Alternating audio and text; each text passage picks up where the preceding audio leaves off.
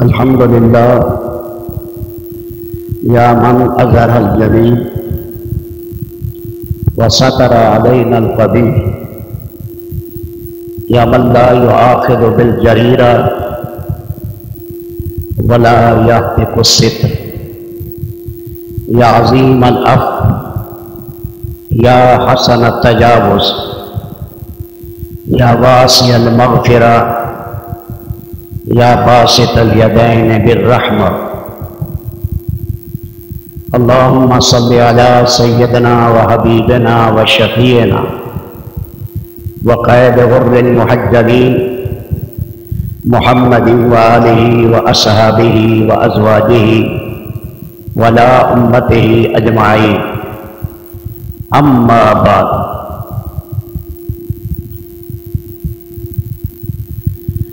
مبارک مہینہ شروع ہو گیا، رمضان۔ عربی میں رمضان کے معنی جلنے اور جلانے کے ہیں۔ زمین کا تپ جانا، پاؤں کا جل جانا، یہ معنی ہیں رمضان کی۔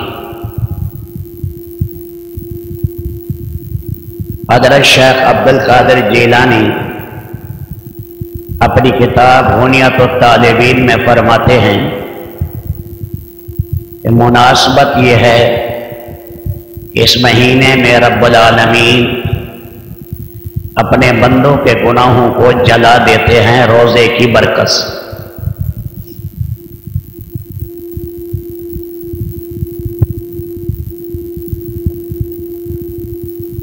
بعض حضرات نے یہ بھی کہا ہے کہ رمضان اللہ کا نام ہے، پھر غیر مشتق ہے، معنی میں ہے غافر کے، کہ بہت بخشنے والا، بہت معاف کرنے والا۔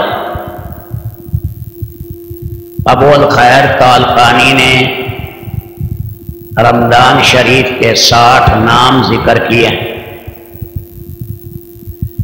بعض حضرات یہ فرماتے ہیں کہ جس زمانے میں یہ عربی مہینوں کے نام رکھے گئے، رمضان شریف سخت گرمی میں تھا، اسی مناسبت سے بھی یہ قمری مہینے کا نامہ، قمری سال کا یہ نواں مہینہ، اسی مناسبت سے اس کو بھی رمضان کہتے ہیں۔ بعض عارفین نے فرمایا کہ اشارہ ہے اللہ کی رحمت کا اور مالک کی رضوان اور رضامندی کا۔ ضاد ہے، میم ہے، میم سے مراد محابات من اللہ، اللہ پاک اپنے بندے سے محبت کرنے لگ جاتے ہیں۔ ضاد زمان سے ہے، بندہ اللہ کی ضمانت کے اندر آ جاتا ہے۔ الف الفت سے ہے، بندے کے درمیان اللہ کے درمیان محبت کا رشتہ قائم ہو جاتا ہے۔ نون نورانیت سے ہے، اللہ کی طرف سے انوارات کی بندے پر بارش ہوتی ہے۔ پاک نبی صلی اللہ علیہ وسلم جب ہجرت کر کے مدینہ گئے تو 18 مہینے گزرے تھے کہ رمضان کی فرضیت کا حکم آیا۔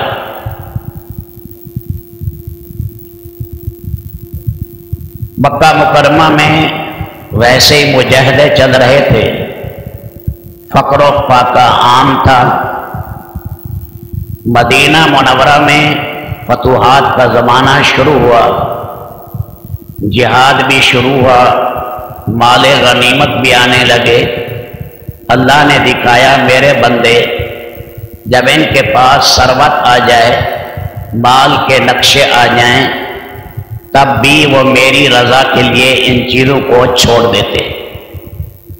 تو یہ 18 مہینے بعد یہ رمضان کی فرضیت ہوئی اس سے پہلے بعض کے نزدیک جو محرم کے روزے تھے وہ فرض تھے، اور بعض کہتے ہیں ایام 20 کے 3 روزے 13ویں 14ویں 15ویں یہ فرض تھا، لیکن جب رمضان کی فرضیت آ گئی اب وہ روزے مستحب بن گئے، فرض روزے یہی رمضان شریف کے۔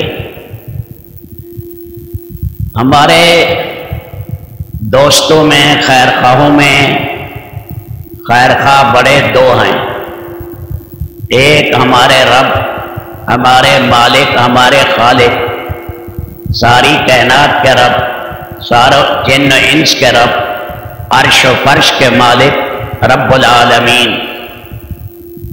اسے اپنے بندے سے بہت ہی محبت ہے۔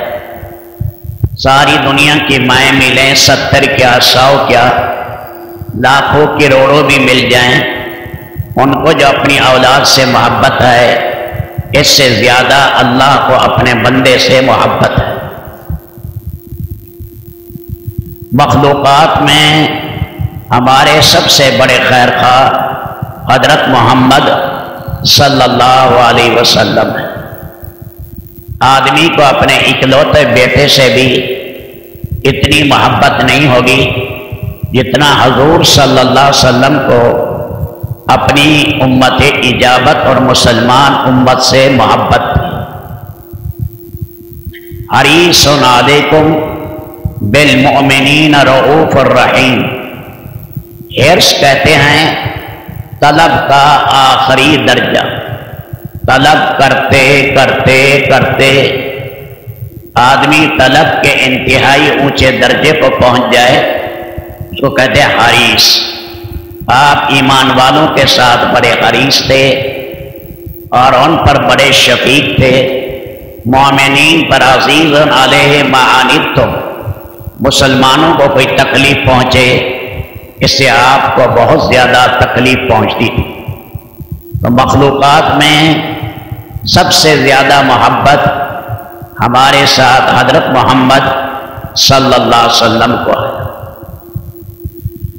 ہمارے دشمن چھوٹے موٹے کئی ہوں گے لیکن بڑے دشمن ہمارے 2 ہیں۔ باہر کا دشمن شیطان ہے اور اندر کا دشمن نفس امارہ ہے۔ یہ ایسے ہمارے دشمن ہیں، جان چھوڑنے والے نہیں ہیں۔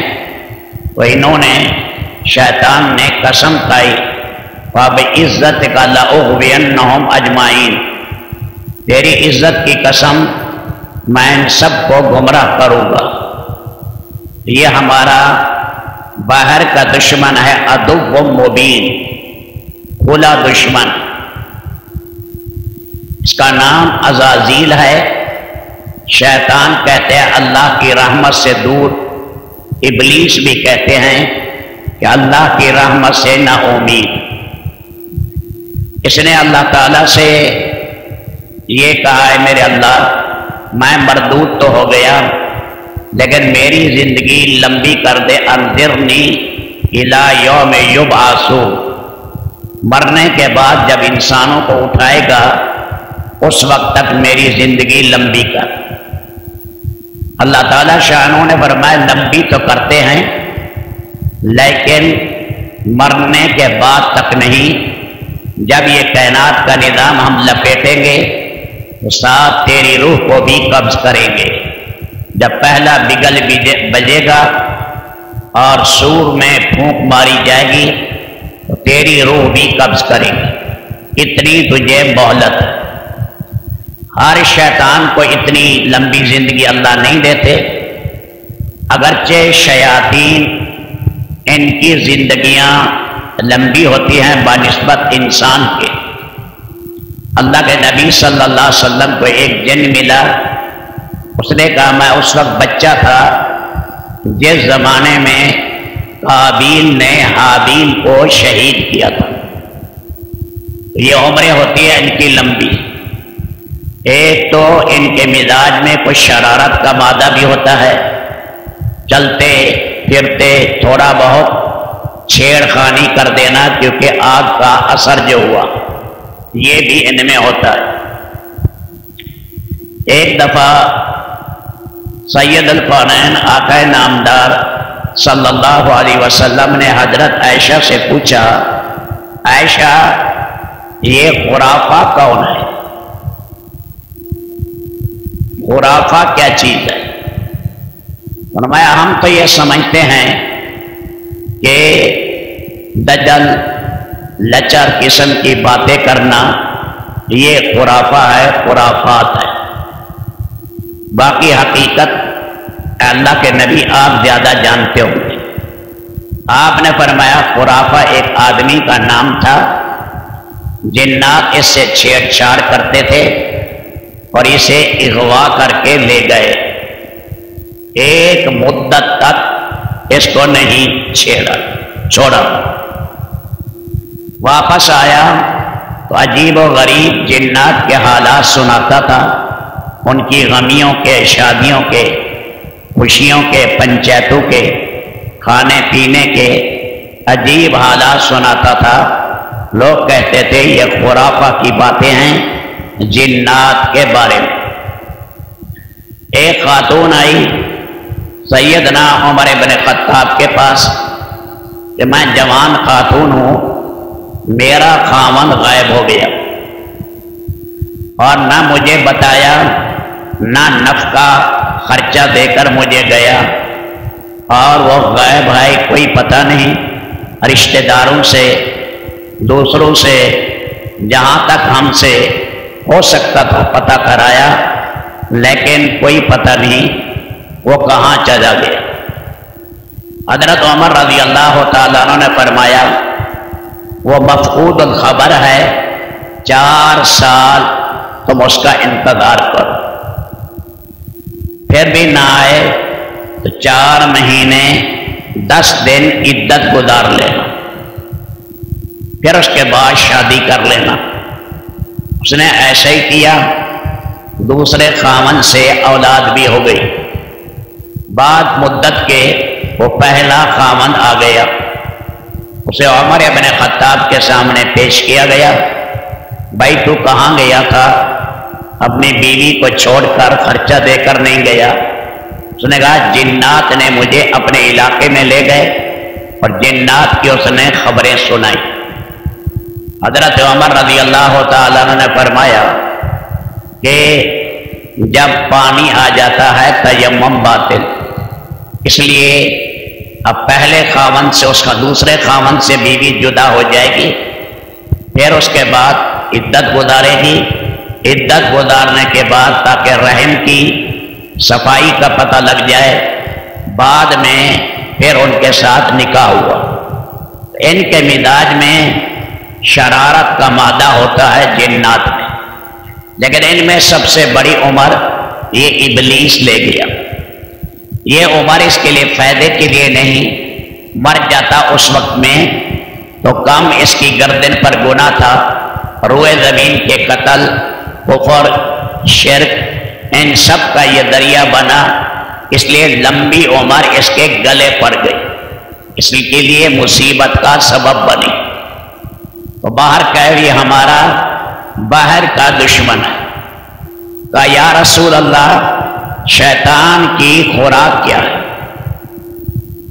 اللہ کے نبی صلی اللہ علیہ وسلم نے فرمایا محرمات، اس کی چراگاہ، حرام دیکھنا، حرام بولنا، حرام کھانا، حرام کی مجالس، یہ اس کی چراگاہ ہے۔ یا رسول اللہ اس سے جان کیسے چھوڑائے؟ فرمایا محرمات، حرام کو چھوڑ دو، اس کی چراگاہیں ساری اجڑ جائیں گی، ویران ہو جائیں گی۔ جب چراگاہ میں کچھ نہیں ہوگا یہ تمہاری جان چھوڑے گا۔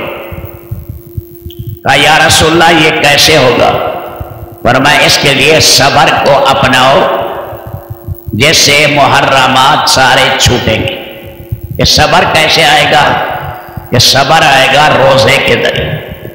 تو روزہ دریا بنے گا خواہشات نفسانی کو دبانے کے لیے اور نفس کو قابو کنٹرول کرنے کے لیے۔ تاکہ یہ نفس انسانی اس کو لگام لگائی جا سکے۔ یہ روزے کے ذریعے اس سے کمال صبر ہوگا۔ کمال صبر کے حاصل کرنے کے ساتھ محرمات حرام چھوٹیں گے، شیطان کی چراگاہ اجڑیں گی۔ جب چراگاہ میں اسے ککھ نہیں ملے گا تمہارا پیچھا چھوڑے گا۔ یہ تو باہر کے دشمن سے جان چھڑانے کا ذریعہ۔ اندر ہمارا دشمن نفس امارہ ہے۔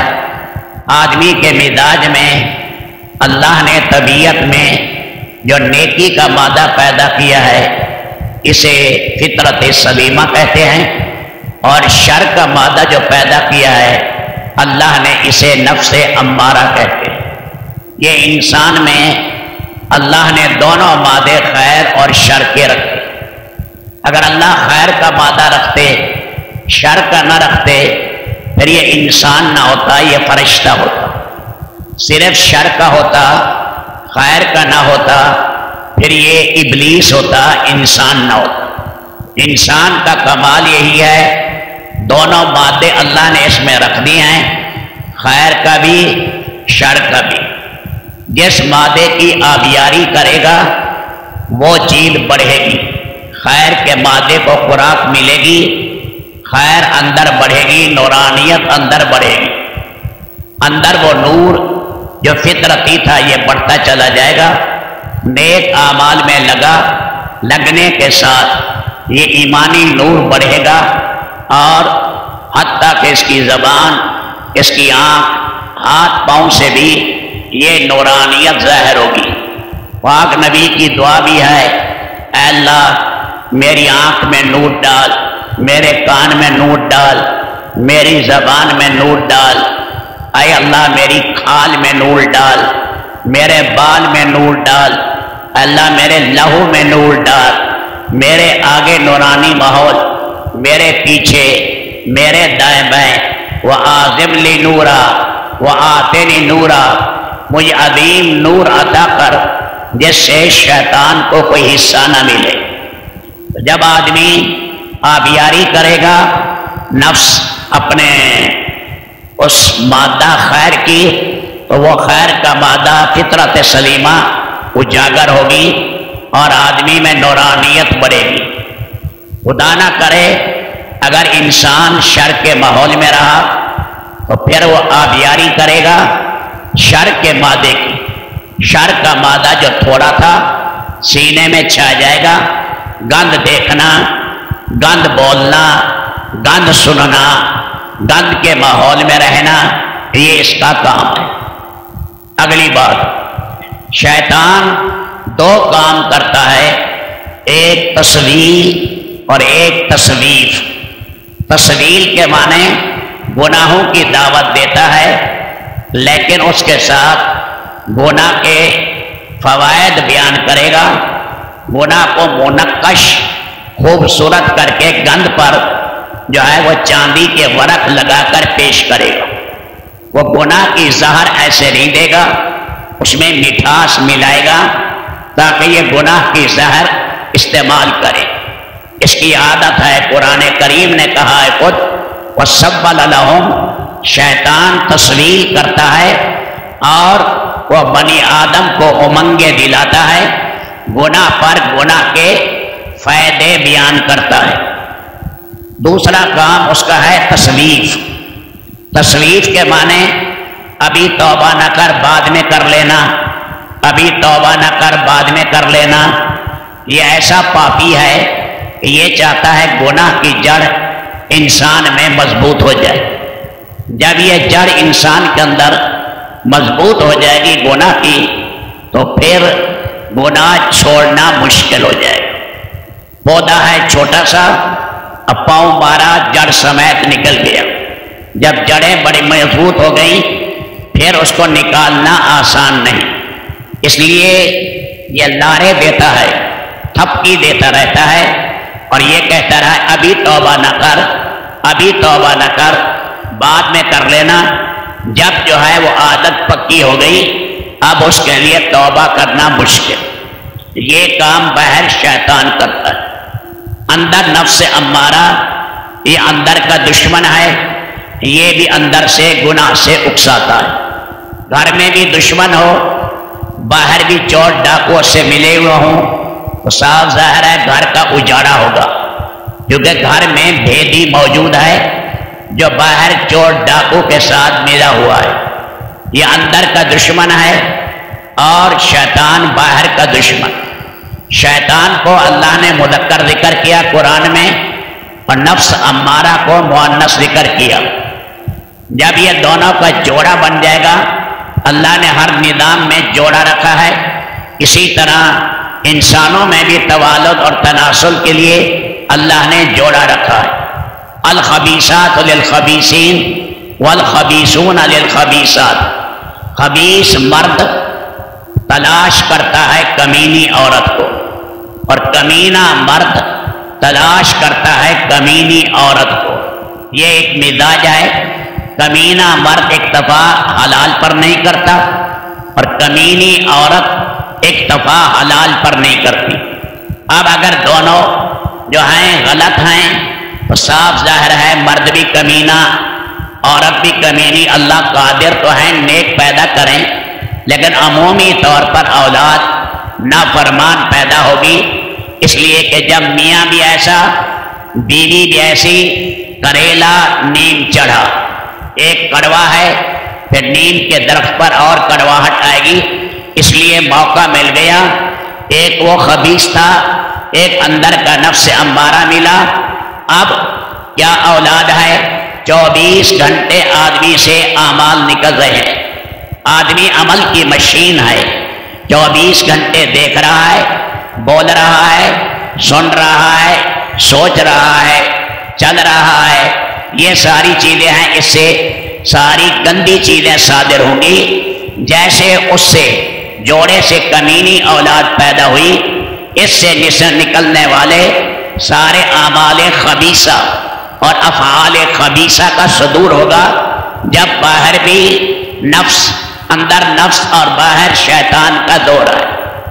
اب باہر اللہ نے مجاہدہ ڈلوایا روزے کا تاکہ صبر پیدا ہو، صبر سے محرمات چھوٹے، محرمات کے ساتھ شیطان کی چراگاہ اجڑے، شیطان باہر سے پیچھا چھوڑے۔ باہر سے اندر روزے نے اثر کیا، آدمی کے دل پر مجاہدہ کیا۔ جیسے ویران زمین ہو پھر وہاں آدمی بلڈوزر چلاتا ہے اور اس کی ویرانی صحیح کرتا ہے، اس کی اونچ نیچ اور گندی بوٹیاں وہ وہاں اکھاڑی جاتی ہیں، سارے سانپ بچھو صاف کیے جاتے ہیں۔ زمین کے اندر جو ہے وہ صلاحیت جو ہے پیدا کی جاتی ہے زراعت کی۔ اب زمین جب ہموار ہو گئی ہے، اب اس پر جب پانی پڑے گا یا بارش ہوگی، اب اس سے مختلف قسم کے باغات پیدا ہوں گے، سیب کے باغات، مالٹے کے، آم کے باغات، لیموں کے باغات، خوشبوئیں، مہکنے والے پھول، غلہ جات اس سے نکلیں گے۔ اب جب اس کے اوپر اچھی طرح مجاہدہ پڑا زمین پر اور زمین پر بارش آئی، اسی طرح نفس امارہ پر جب زور پڑا روزے کا، سارا دن یہ کملا گیا، اس نے حرام دیکھنا چھوڑ دیا، حرام بولنا چھوڑا، حرام کی صحبت چھوڑی، تو یہ اندر سے اللہ نے اس کی گندی خصلت ظاہر کر دی۔ جیسے ایک آدمی پہلے بخیل تھا، پھر محنت کر کے سخی بن گیا، آدمی وہی ہے، خصلت چھوڑ دی۔ ایک گھوڑا پہلے سرکش تھا، مکھی نہیں بیٹھنے دیتا تھا، پھر مالک نے آہستہ آہستہ پیچھے لکڑی لگائی، پھر اس کی آنکھیں بند کی، پھر آہستہ آہستہ سڑک پر لے آیا، پھر خالی ٹانگا جوتا، پھر اکیلا بیٹھا کوچوان، پھر اس کے بعد ایک آدمی بٹھایا، پھر اس پر 6 سواریاں بٹھائیں، اب اس پر 8 سواریاں ہیں۔ جو پہلے اچھلتا تھا، مکھی نہیں بیٹھنے دیتا تھا، اب 8 سواریاں بیٹھی ہیں، اب اس کی سرکشی نکل گئی۔ یہی نفس جب اس پر مجاہدہ پڑا تو اس کی گندی خو نکلی، حرام کے جذبات نکلے، گندے خیالات نکلے۔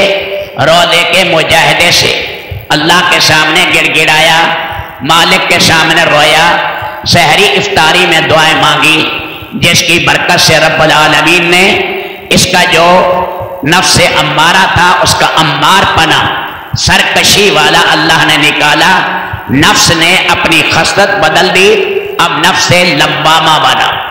اللہ نے قرآن میں نفس لوامہ کی بھی قسم کھائی، جو ملامت کرتا ہے انسان شرم کر، حیا کر، مالک کی نافرمانی اچھی نہیں ہے، اللہ دیکھ رہے ہیں، اللہ ناراض ہو جائیں گے۔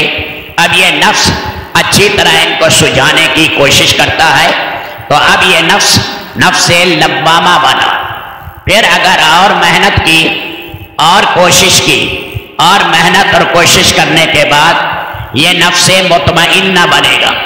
فرمایا نفس مطمئنہ بڑا مبارک نفس ہے، اسے اطمینان اللہ کی یاد سے، قرآن کی تلاوت سے، نیک اعمال سے، حیا سے، سچائی سے، دیانتداری سے، نیک اعمال کرنے سے اسے قلبی سکون ہوتا ہے۔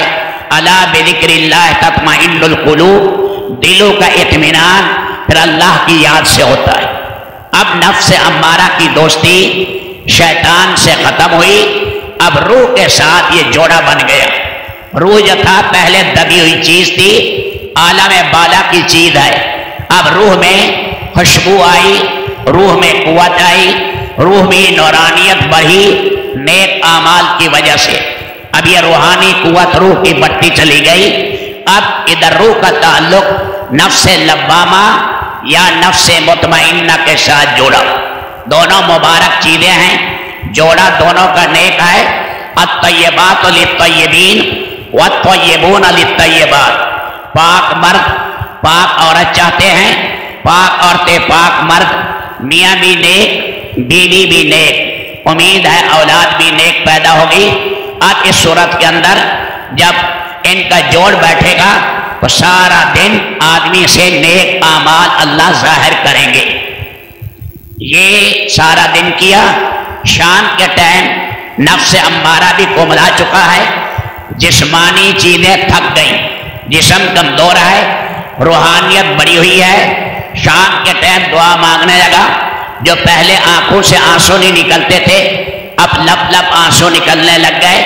اب افطاری کی ہے، افطاری کے بعد افطاری بھی رہے سہے اس کھجور سے، پانی سے، رہی سے ہی جو نورانیت کی کمی ہے، یہ عام خوراک نہیں ہے اور یہ عام پانی نہیں ہے، افطاری کا پانی ہے۔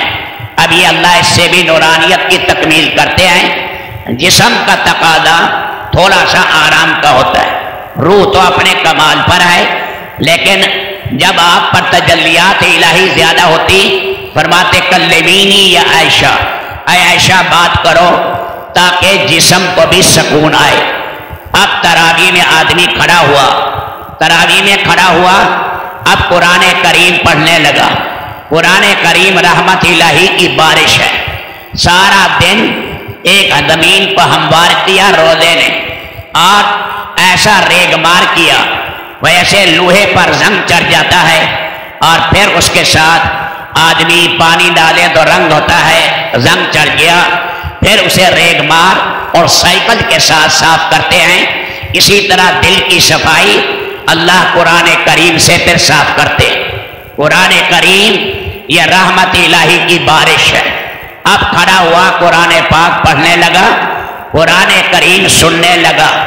ساری کائنات مخلوق ہے، عرش و فرش مخلوق ہیں، سارے نبی مخلوق ہیں، سارے فرشتے مخلوق ہیں، اور بیت اللہ خود مخلوق ہے، روضہ اقدس خود مخلوق ہے، لیکن قرآن کریم غیر مخلوق ہے، اللہ کی صفت ہے۔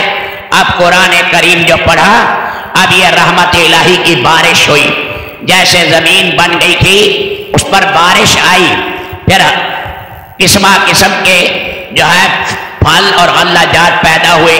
اب تقوی آئے گا، اب راست بازی آئے گی، اب دیانتداری آئے گی، اب حیا پھوٹے گا، اب خشیت الہی آئے گی، اب رونے کو جی چاہے گا، اب گناہوں سے نفرت پیدا ہوگی۔